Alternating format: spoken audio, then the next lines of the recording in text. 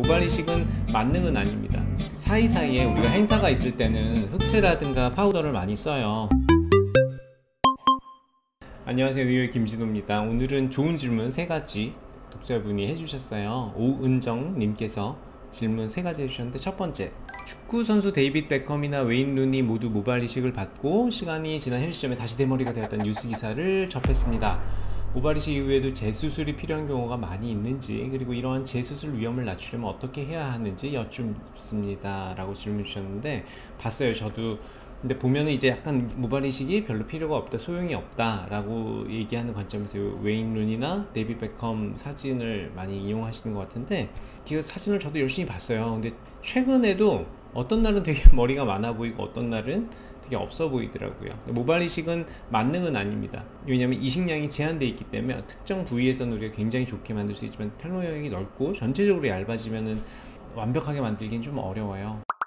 웨인 루니 같은 경우나 데이빗 베컴 같은 경우도 뭐 파우더나 흑채 같은 거 써서 좀 그 모발 이식도 물론 했지만 더 완벽하게 보였다가 그 사이사이에 그런 우리가 탈모가 물론 나이가 들어가면서 진행되고 관리를 했는지 모르겠어요. 탈모약 같은 거 복용하면서 잘 관리했는지 모르겠는데, 안 했으면 분명히 수술을 했어도 진행이 됐을 거고요. 그 사이사이에 우리가 행사가 있을 때는 흑채라든가 파우더를 많이 써요. 웨인 루니, 데이빗 베컴이 그런 행사나 우리 대중에 섰을 때는 주로 그렇게 보이고, 그 다음에 이제 파파라치 컷이나 집에서 이런 사진들 보면은 그런 걸 하고 있지 않으니까 그 차이가 좀 더 심한 것 같아요. 그래서 아마 그렇게 느끼시지 않을까 하는 부분이 있습니다.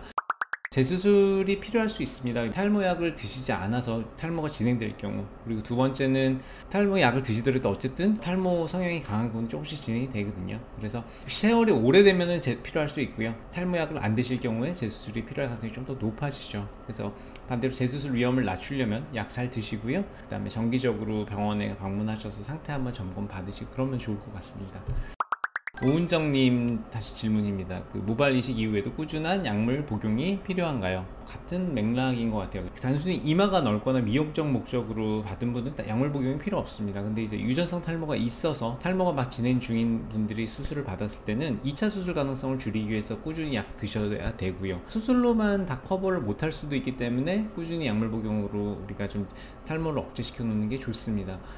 수술만 할 거야 하는 분들도 있는데 어느 정도는 커버가 되는데요. 탈모량이 너무 많아지거나 범위가 넓어지면 수술만으로 커버하기 좀 어렵거든요. 모발 이식 후에도 약물 꾸준하게 복용하는 경우는 유전성 탈모를 갖고 있어서 수술하신 분에는 해당이 됩니다.